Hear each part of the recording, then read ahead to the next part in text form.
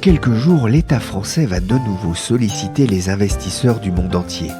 Il va émettre un emprunt remboursable dans 10 ans. C'est assez fréquent.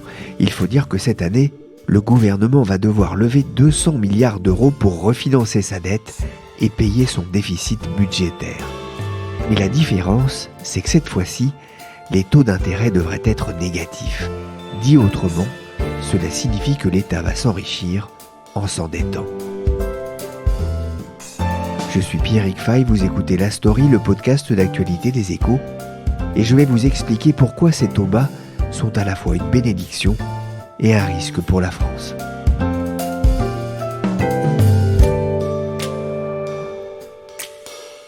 J'ai travaillé 6 ans au service marché des Échos, et il y a une chose qui nous animait avec les autres journalistes, c'était les franchissements de seuil importants, sur l'indice CAC 40, sur des devises ou sur les taux. Mardi, j'ai pu encore mesurer l'excitation autour du taux à 10 ans français. Il s'agit du rendement que les investisseurs sont prêts à payer sur le marché pour acheter de la dette de l'État français. Il est un peu plus de 14 heures lorsqu'Isabelle Couet, chef du service marché, balance un tweet libérateur. Ouch, taux 10 ans de la France en négatif. En lettres capitales, ce qui est une façon de crier sur Internet. Pour la première fois de son histoire, ce rendement passe sous la barre des 0%. Vous vous demandez peut-être pourquoi c'est important et en quoi cela vous concerne. Eh bien, vous allez voir que ce taux à 0% aura des répercussions pour les contribuables, les épargnants et les acquéreurs immobiliers. Commençons par le début. Qu'est-ce qu'un taux négatif ? Pour comprendre, je suis allé voir Guillaume Benoît. Il est spécialiste du marché obligataire aux Échos et je lui ai posé cette question. Guillaume, un taux négatif, ça veut dire que l'État gagne de l'argent en s'endettant ? C'est à peu près ça. Alors, il ne faut pas imaginer que l'État va recevoir un intérêt. C'est-à-dire que quand normalement un emprunteur emprunte, il paye un intérêt à la personne qui prête. Donc là, on pourrait penser que comme les taux sont négatifs, c'est la personne qui prête qui va donner de l'argent à l'État. C'est un peu plus compliqué que ça. En fait, c'est juste que le prêteur va retrouver moins d'argent qu'il n'a prêté. Il a donné 100, il récupérera 95. Et c'est comme ça que l'État gagne de l'argent en s'endettant. On parle ici des emprunts faits par des États. Oui, c'est principalement des États qui bénéficient des taux négatifs, mais il faut savoir que certaines entreprises très bien notées ont pu par le passé lever de l'argent à des taux négatifs, très faibles, mais des taux négatifs. Oui, je pense à Nestlé par exemple. Oui, Sanofi aussi, Henkel, en 2016, avait réussi à se financer à taux négatif. C'est courant en Europe ? Alors en Europe, ça devient de plus en plus courant. La France vient se rajouter à une liste qui compte notamment l'Allemagne, qui est la plus importante, la Suisse, qui a des taux négatifs depuis assez longtemps maintenant, ou les Pays-Bas et certains pays comme la Suède ou le Danemark dans le nord de l'Europe. Alors je disais que le stock mondial de dette à taux négatif avoisine les 12 000 milliards de dollars. C'est plus de 4 fois et demi le PIB de la France, c'est énorme. Oui, parce que il faut compter notamment toute la dette japonaise, par exemple, qui est à taux négatif, et puis d'autres entreprises, alors ailleurs qu'en Europe, qui ont des taux aussi faibles, notamment sur les titres les plus courts, la dette courte, maintenant, est souvent à taux négatif. Alors c'est pas normal, pourquoi les taux sont-ils si bas ? Alors c'est une conjonction de plusieurs choses. D'abord, il y a une politique de la part des banques centrales qui est de relancer une économie et une inflation un peu défaillante. Ça allait mieux, ça recommence à aller mal, donc que font les banques centrales ? Elles annoncent des mesures. Elles vont par exemple acheter de la dette, comme a fait la BCE pendant 3 ans jusqu'à décembre dernier, massivement des obligations sur le marché. Puisqu'elles en achètent beaucoup, leur valeur monte, et les obligations sont conçues de telle manière que quand la valeur de l'obligation monte, le taux baisse. Plus elle achète, plus le prix monte, plus le taux baisse. Et il peut même du coup descendre jusqu'à 0. Et puis, il y a aussi une raison qui est simple, c'est que les perspectives économiques étant un peu compliquées, les gens veulent avoir des actifs sûrs, et les dettes d'État, c'est des actifs sûrs, donc ils en achètent, et même chose, ça fait monter les prix. Il y a une dernière chose qui est un peu plus technique, c'est que des grandes entreprises financières, les banques, les assurances, ont besoin d'avoir ces actifs sûrs dans leur bilan, pour montrer qu'elles sont suffisamment solides. Et donc, elles achètent aussi. Et la conjonction de ces trois éléments fait que les taux baissent. C'est pour ça que les investisseurs continuent à prêter de l'argent à l'État français alors que ça leur coûte des sous? Vous avez des investisseurs qui, de toute façon, n'ont pas le choix, comme les banques ou les assureurs, ils ont besoin d'acheter. Les banques centrales qui achètent, qui vont continuer à acheter, qui réinvestissent une partie de l'argent qu'elles gagnent dans des obligations d'État. Et puis, pour les autres, en fait, c'est une question de sécurité. Pour prendre une image, vous avez des objets précieux, vous voulez pas les garder chez vous, vous allez à la banque, vous louez un coffre-fort. Là, c'est pareil, les investisseurs veulent placer l'argent dans un actif suffisamment sûr, elles payent comme un loyer que vous payez à votre banque pour votre coffre-fort. La France a donc prévu d'emprunter 200 milliards d'euros cette année. C'est un record. Jamais elle n'a eu besoin de lever autant d'argent. Et là, je me suis dit que c'était plutôt une bonne nouvelle pour le contribuable. Oui, c'est une très bonne nouvelle, forcément. Le coût de l'endettement va baisser. Et vous l'avez dit, effectivement, c'est 200 milliards qui étaient programmés cette année. Donc, on peut s'attendre effectivement à ce que la facture de ces 200 milliards soit sensiblement inférieure à ce que Bercy attendait. Renaud Honoré est journaliste au Service France. C'est une chose peut-être que le contribuable, maintenant, il commence à en avoir l'habitude, puisque ça fait quand même quelques années que, grâce à Mario Draghi notamment, la facture de l'endettement de l'État diminue sans cesse.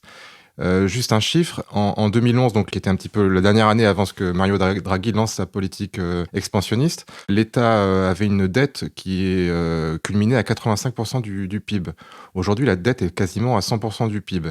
Et pourtant, entre 2011 et aujourd'hui, la charge de la dette n'a cessé de diminuer. On était à 55 milliards en 2011 et cette année, enfin l'année dernière plutôt en 2018, on était autour de 40 milliards. Donc 15 milliards en moins depuis 2011, alors que la dette, elle, a augmenté de 15 points de PIB. Donc 15-15, c'est un peu le tour de magie de Draghi pour les finances publiques françaises. Est-ce que ça va donner aussi une marge de manœuvre supplémentaire au gouvernement d'Édouard Philippe là, pour financer les réformes? Ah oui, bien sûr, parce que Édouard Philippe, effectivement, et surtout Emmanuel Macron ont annoncé diverses mesures pour sortir de la crise des gilets jaunes.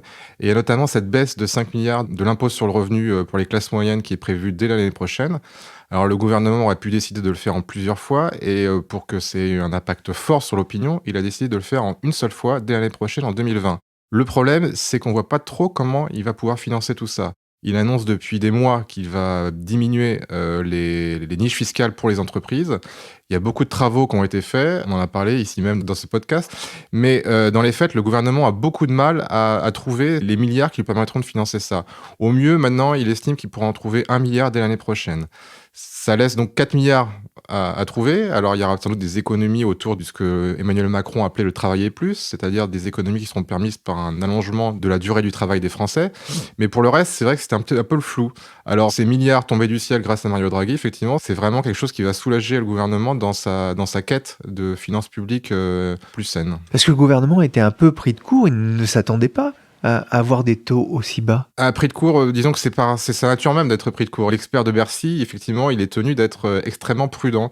Quand les ministres de l'économie, des finances et du budget ont établi le budget pour 2019, ils prévoyaient plutôt un taux qui était de l'ordre de 2,15% fin 2019 pour une obligation à 10 ans. Et puis en avril dernier, ils ont déjà été obligés de réviser une première fois cette prévision et ils l'ont ramené à 1,25%. Donc hier, on était même en territoire négatif, donc ça va forcément obliger le gouvernement à une nouvelle fois réviser ses prévisions. C'est-à-dire que la charge de la dette va encore baisser cette année? La charge de la dette va encore baisser. C'était déjà prévu qu'elle baisse. On était à 40 milliards l'année dernière. Dans les dernières prévisions du gouvernement, on était plutôt autour de 37 milliards. Mais ça, c'était pour un taux prévu à 1,25, un taux à 10 ans prévu à 1,25%. Là, on est dans les territoires bien inférieurs, donc il est encore trop tôt pour préjuger de ce qui sera ce taux à la fin de l'année, mais on peut légitimement se dire qu'il y aura encore quelques centaines de millions, quelques milliards peut-être, qui peuvent être grappillés par le gouvernement grâce à cette charge de la dette. On a bien compris, cette cagnotte Draghi, du nom du président de la Banque Centrale Européenne, à la manœuvre pour faire baisser les taux en Europe, est une bonne nouvelle pour l'État. Du moins à court terme. Car à plus long terme, certains économistes estiment que ces taux bas auront un effet négatif sur le comportement des acteurs économiques. Ils pourraient les pousser à s'endetter encore et encore.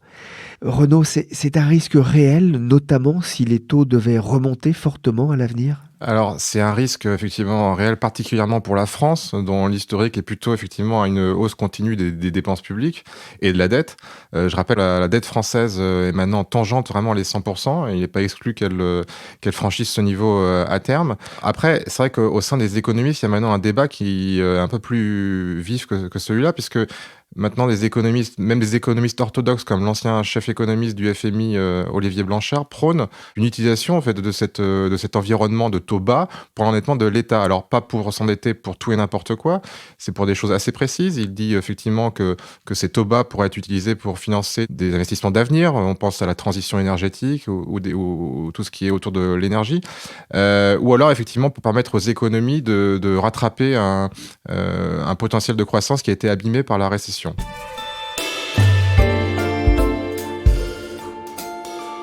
L'État peut donc dire merci à la BCE et à son président Mario Draghi. Mais la baisse des taux d'intérêt est aussi une bonne nouvelle pour tous ceux qui veulent investir dans l'immobilier ou devenir propriétaire. C'est ce que m'a expliqué Maëlle Bernier. Elle est porte-parole de meilleurtaux.com. Clairement, parce qu'en fait, quand l'État français commence à emprunter moins cher, les banques françaises, elles, effectivement, vont emprunter moins cher, puisque la BCE a annoncé qu'elle allait réinjecter des liquidités. Donc, ça veut dire qu'en fait, que l'argent circule concrètement sur le marché français, et en bout de ligne, vous avez l'emprunteur particulier qui fait son crédit immobilier, qui bénéficie déjà de taux hyper bas, voire extraordinairement bas. Mais je pense que cette baisse des OAT là, va contribuer à ce que les taux des crédits bancaires à destination des particuliers baissent encore un petit peu. C'est-à-dire que je pense que ce qu'on connaît aujourd'hui comme niveau, on n'est pas au plus bas. Les OAT, ce sont les obligations assimilables du Trésor, des emprunts d'État à 10 ans.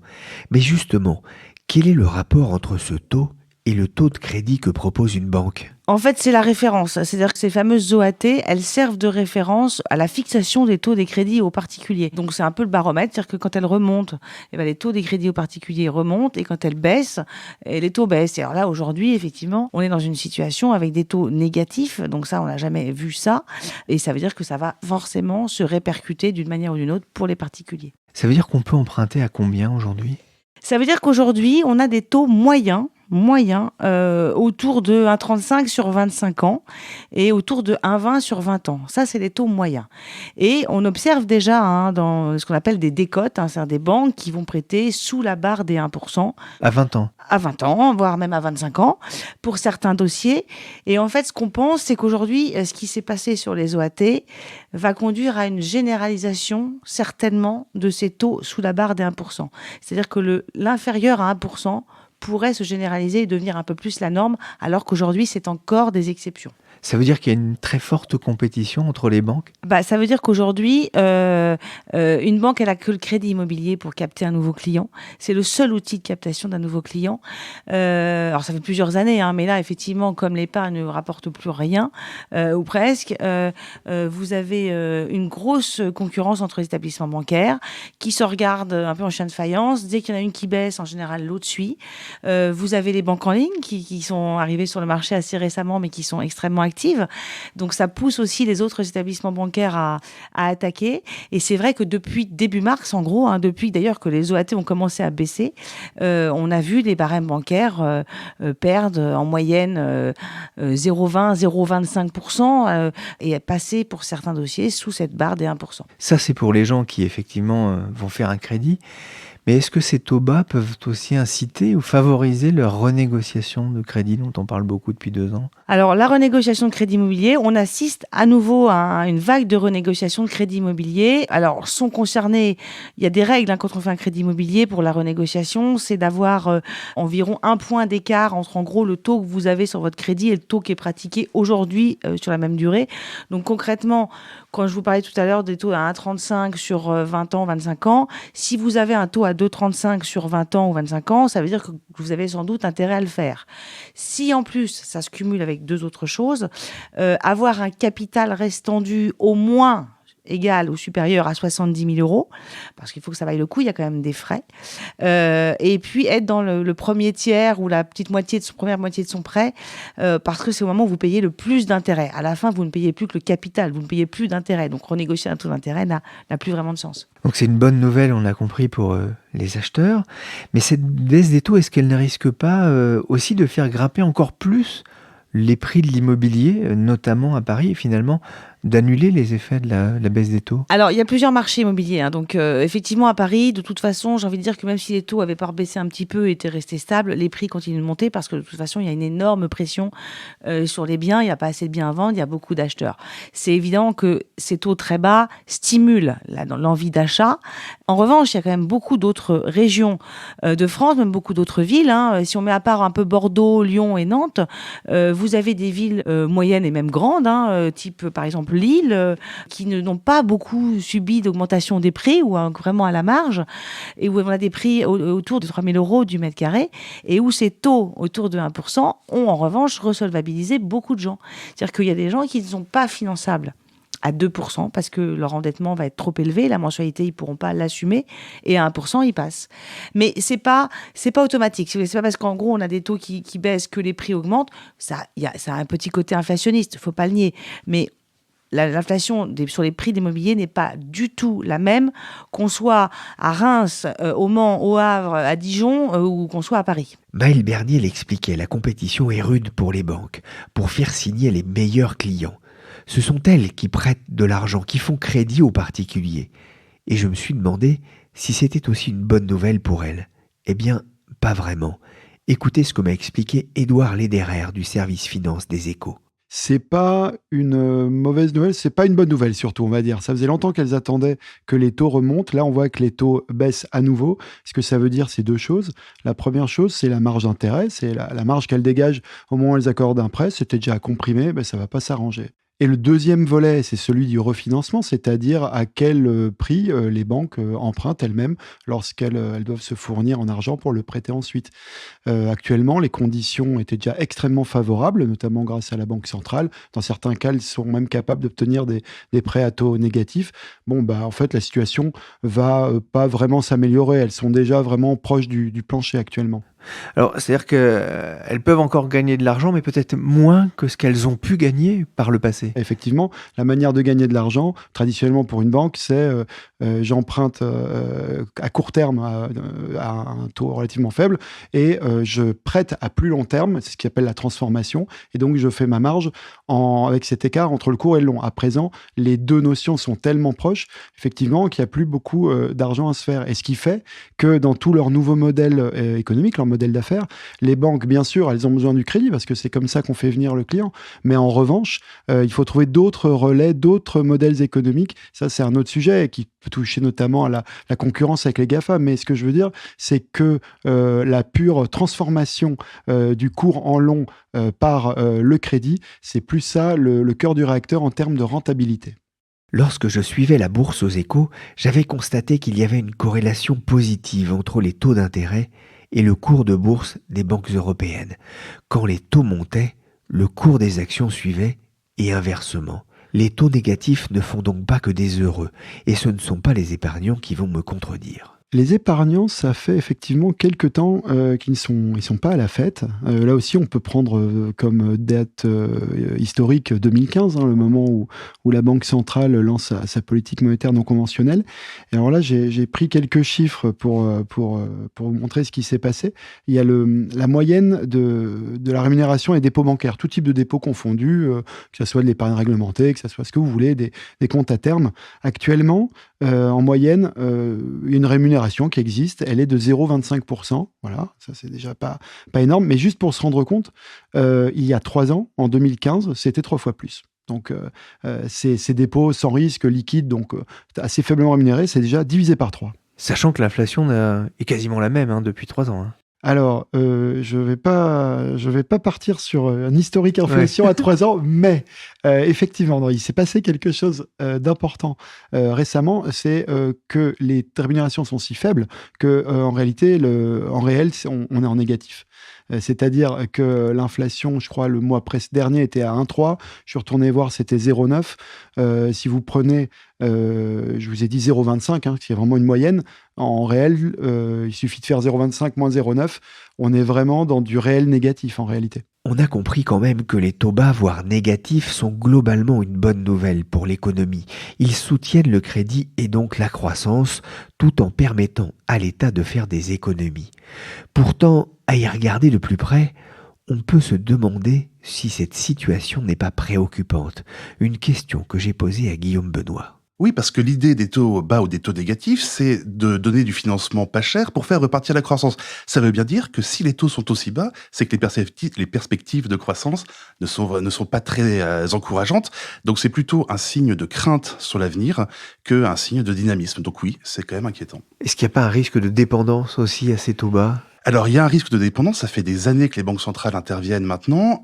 Les marchés financiers s'y sont habitués, mais nous aussi. Les prêts immobiliers au plus bas, c'est quelque chose il va être compliqué d'en sortir parce qu'on s'est habitué, nous. Et les marchés, on dit, sont complètement drogués à l'argent des banques centrales. Et la question qui se pose, c'est est-ce que les taux vont pouvoir remonter un jour ou est-ce que les taux bas sont là pour durer encore très très longtemps ? Et on se dirige vers ça, a priori. Merci Guillaume Benoît, Renaud Honoré et Édouard Lederer, journalistes aux Échos. Et merci également à Maël Bernier de meilleurtaux.com. La story, le podcast des Échos, c'est terminé pour aujourd'hui. L'émission a été réalisée par Nicolas Jean avec Michel Varnet. Vous pouvez nous retrouver sur toutes les plateformes de podcast et vous abonner si l'émission vous a plu. Pour l'info en temps réel, c'est sur leséchos.fr.